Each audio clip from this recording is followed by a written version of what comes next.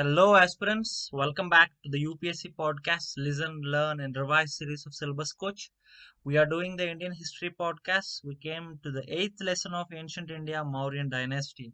So, friends, in the earlier videos, in the Mahajanapadas lesson, I have told you that Mauryan Dynasty is the fourth and the last dynasty of the Magadha Empire, which is the biggest Mahajanapada in the 6th century to 4th century BC. So, out of 16 Mahajanapadas, friends, Magadha is the famous and the biggest, and out of that, the last dynasty is the Mauryan dynasty.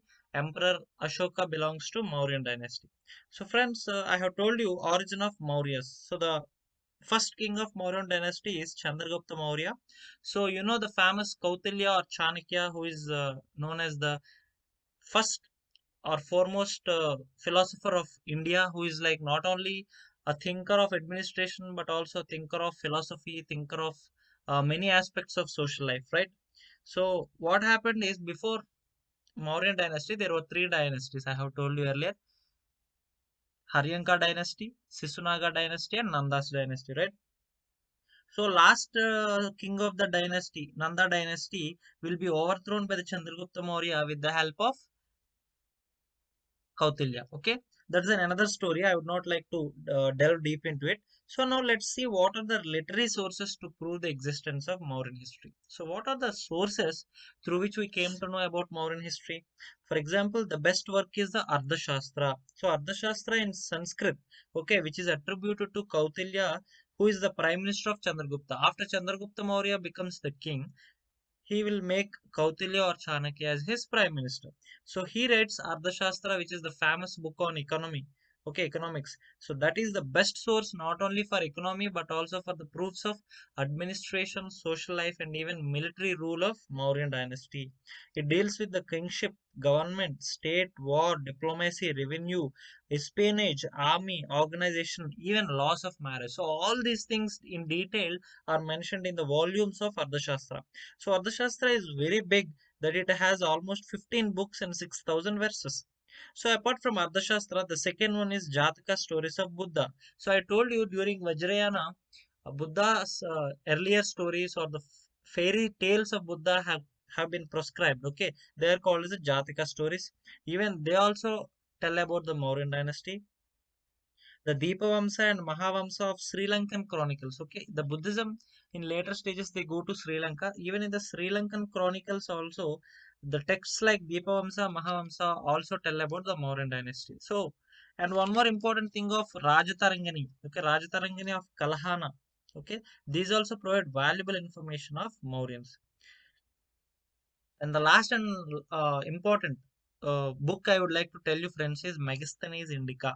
Okay, Megasthenes is an ambassador sent by Seleucus, a Greek king. Okay, so this Megasthenes compiles his account about the Mauryan India, which is called Megasthenes Indica. So in his book called Indica, Megasthenes compiles what all he has observed in the Mauryan dynasty. Right. So now coming to the Mauryan dynasty, beginning with Chandragupta Maurya.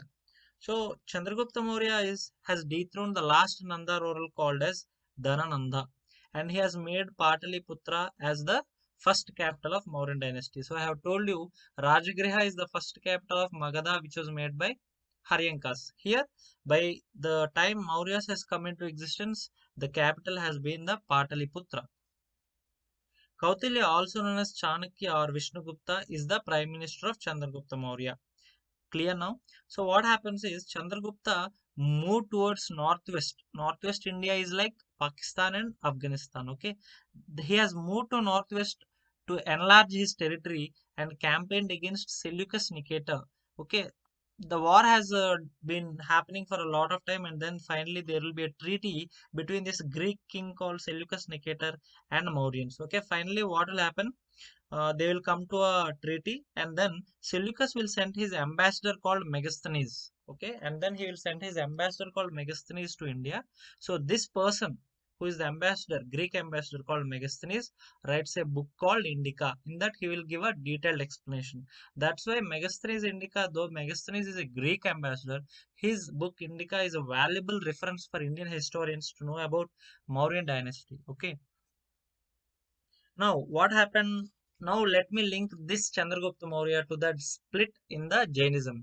In the earlier podcast on Jainism, I have told you that during the Chandragupta rule, there was a famine which occurred in the Ganga plains. At that time, a part of Jains were taken by a leader called Bhadrabahu to South Indians, and he told them that you have to live a life of nudity. So they are named as Digambaras. Thus, the split, the one and only split in Jainism, that is Digambaras and Shwetambaras, happened during the rule of Chandragupta Maurya. You should also remember that Chandragupta Maurya is a very passionate patronizer of Jainism. Okay. And at Shravanabelgula, Chandragupta Maurya had spent his final life and died as an Orthodox Jain by a slow starvation process called Sallekana. Friends, in the recent last 3-4 years ago, I think the Sallekana was a big issue.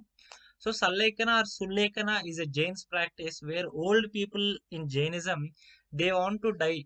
Okay, they want to die themselves, so they will starve voluntarily. They will not eat anything for days together voluntarily, and they will die a natural death. But some people questioned this practice in the Indian Supreme Court, saying that it amounts to a personal suicide. But Supreme Court, I think, did not give any judgment because it's more of a religious thing. So this practice of Sullekana is an important concept of Jainism. It's more of a philosophical concept in my view rather than a suicide. So, friends, the Chandragupta Maurya has also died in this way only. He has died through this starvation or Sallekana process. So, where did Chandragupta Maurya die? He died at Shravana Belgula, where the statue of Gomateshwara or Bahubali was present. So, he is the first king of Mauryan dynasty. Who is the second king? Bindusara. Bindusara is the son of Chandragupta Maurya. Okay. So Bindusara appointed his eldest son Sumana as viceroy of Taxila and Ashoka at Ujjain. So Bindusara has two important sons. They are Sumana and Ashoka. Ashoka was as made as the viceroy as Ujjain, and Sumana was made the viceroy of Taxila. So we know that later Ashoka becomes the emperor of India. Now coming to Ashoka. Ashoka is the famous leader we all know. He is the famous king of Mauryan dynasty. He succeeded his father Bindusara. So he has fought a lot of battles, friends. We all know about the famous Kalinga War, after which Ashoka has got his enlightenment to follow the universal principles of peace and non-violence which were proposed by Buddhism, and he starts preaching the doctrine of Dhamma philosophy not only in India but all over the Southeast Asia. Right? According to Divya Vadana, Ashoka was sent to quell rebellion at Taxila, but later he becomes a big emperor, and then he also follows and patronizes the Buddhism. Right? So what happened during the Kalinga War? Let me give you a brief account. Okay.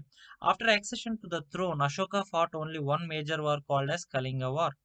About 1 lakh people were killed and lakhs were perished, and 2 lakh more were taken prisoners. He was moved by the massacre in this war. The war had a reaching effect on the policy of Ashoka. He has abandoned the policy of physical occupation in favor of cultural context. So, cultural conquest was the policy of Dharma which Ashoka has pioneered, friends. Before Ashoka, it was more of a physical conquest, but Ashoka said you have to conquer entire world through peace and non-violence. That is the doctrine of Dharma.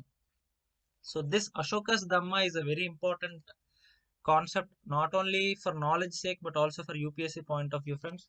Dhamma, according to Ashoka's edicts, is not a religion or a religious system, but a moral law like a common code of conduct. Friends, in civil services, you will be having a 1964 code of conduct. That means that 1964 code of conduct will enlist all the ethical and moral guidelines for every civil servant to follow in his lifetime profession. Similarly, Ashoka said that Dhamma is not a religion. Any person can follow Ashoka's or Buddha's Dharma. Okay, this is like a common code of conduct to live a better life, right? So Ashoka's Dhamma was completely cosmopolitan. That means any person, it's not like a rigid thing, any person can follow his Dharma. Ashoka's Dharma was intended to strengthen social solidarity and religious tolerance. It was indeed an ethical concept related to the individual in the context of his society. Right, friends? That is briefly about Ashoka's Dhamma. And friends, we all know Ashoka's inscriptions are very famous. So he is the first ruler to issue edicts or rock inscriptions. He was the first person, and maximum number of inscriptions have been discovered from the Mysore region. Okay, there are about 14 major rock edicts, friends, And in that, one of the rock edicts have told what Ashoka's Dhamma is exactly. Now, let me come to the later Mauryas. So, according to Buddhist tradition, Ashoka ruled for 27 years. The disintegration of the Mauryan Empire seemed to have set in immediately after Ashoka's death. The last ruler was Brihadratha, who was murdered by his general Pushyamitra Shunga, and that was the end of Mauryan dynasty. So, friends, Mauryan dynasty was replaced by the Shunga's dynasty. So, a king called Pushyamitra Shunga has murdered Brihadratha, who was the last ruler of Mauryas. So that means soon after the end of Ashoka's rule, Mauryas have been collapsed, right? Now coming to the administration and other key aspects of Mauryas.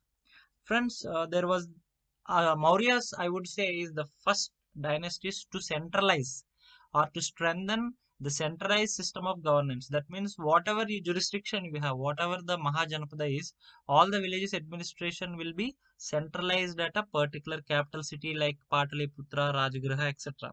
So just like we have a prime minister and a ministers, even the Mauryan dynasty has the emperor and his ministers. Okay, they were called as the Amatyas. Amatyas. They were called as the Amatyas. Okay. How did we come to know that all these were existing? Because of the Ardhashastra book written by the Kautilya. Okay. We came to know that it has the king, also called as the Swami, the Amatya or the minister, Janapada or the territory, Durga, also called as the fort, Bala means army, and Mitra means friend.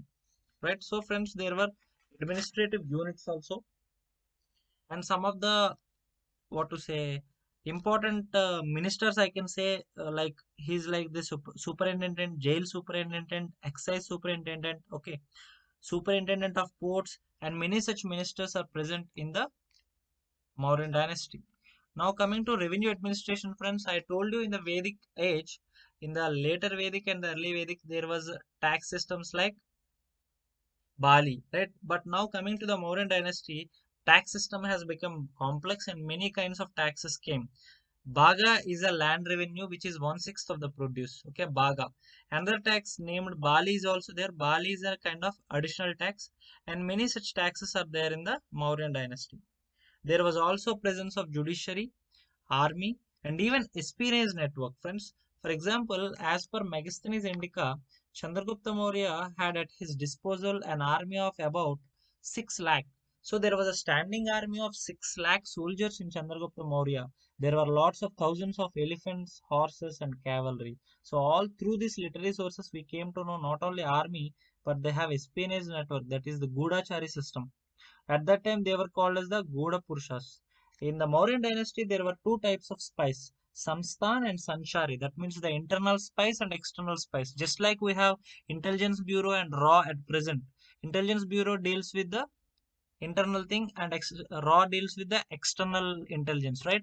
Similarly, at that time, since Mauryan dynasty, we have this concept called Samsthan and Sanchari. Samsthan is like the spies within the kingdom.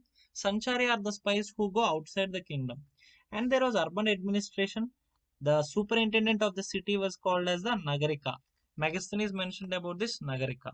So that was about the administration, friends. Now come to the society. Society has developed caste system as per the Megasthenes Indica. The concept of marriage and polygamy both were present.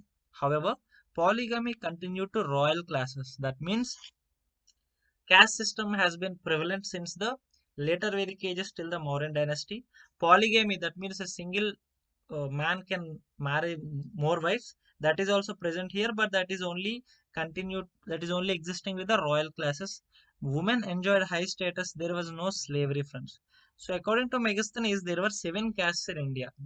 The 4 Varnashras by the time of Mauryan dynasty became 7 castes as per the Megasthenes Indica. Now coming to Mauryan economy. So the chief source of land revenue was the land tax. Yes, that's obvious, friends. Till Indian independence and even after Indian independence, the chief source of revenue was land, agricultural land, right? So the chief source of revenue was land tax. The taxes like Baga and Bali were present. Even gold coins were present by this time, friends. Coins which are punch marked. That means the coins of silver or copper, they will bear the what to say inscription of the king photo or some symbol, that is called as the punch marked coins, right? So now coming to the last topic called the Mauryan art. So the art and architecture has developed very well under the Mauryas. The first and foremost are the pillars and the sculptures. You all know the famous Sarnath pillar, right? The famous Sarnath pillar belongs to the Mauryan dynasty. It is related to the Emperor Ashoka. So in the Sarnath pillar, there is that Dharmachakra with 24 spokes. So that Dharmachakra with 24 spokes is imbibed by the Indian government as the national emblem. So the stupas are also an important part of Buddhism and also related to the Mauryan dynasty. And caves. The Barabar caves of Bihar, which I told you, are related to Ashokas. Okay, so Barabar hills were actually given to Ajivikas, which are another kind of unorthodox sect. Okay, later they became the Buddhist spots. And again, palaces. Coming to palaces, for example, the Mauryan dynasty have royal palace at a Kumrahar, which is 40 kilometers from Patna. Okay, and folk arts, the examples includes Yaksha and Yakshini. So these kind of statues made of stone, Yaksha and Yakshini, are related to the folk arts of Mauryan Empire. Now coming to the decline of Mauryan Empire. Why did the Mauryan Empire decline after a half a century of its rule? The partition of the Mauryan Empire in two halves is supposed to be an immediate cause for the decline of Mauryan Empire. I told you after the death of Ashoka, okay, it has been partitioned into two, and the last ruler was very weak and he was easily murdered by the Pushyamitra Sunga. So Mauryan economy was also, I told you, Mauryan economy is based on the centralized economy. But because there was no powerful king at the center, there was no more centralized economy, and obviously the kingdom will decline. So friends, just like you compare it to now, suppose if there is a strong prime minister or strong chief minister, even though there will be rebellions in the party, okay, the system stays strong and the country will be stable. Similarly, even during the kings also you have to think of the same way. If the king is very powerful and all the people like the king's governance, even though there are rebellions within the family or within the kingdom, there will be centralized governance and thus the kingdom will stay stable and strong. But after the death of great kings like Ashoka or any other great kings' death in other kingdoms, when weak kings emerge and when rebellions occur within the family or from external attacks, obviously there will be instability, there will be loss of revenue, there will be loss of governance, and finally, soon, within no time, the kingdoms will collapse. So that's what happened to the great Mauryan dynasty also. So the weakening of the central control under the later Mauryan kings led automatically to the weakening of the administration. So that brings end to our lesson of Mauryan dynasty, friends. If you like this video, like, subscribe and share to other aspirants. The next lesson would be important, the Sangam age. The Sangam age is the ancient history of Tamil Nadu and its surrounding areas. It's a great lesson.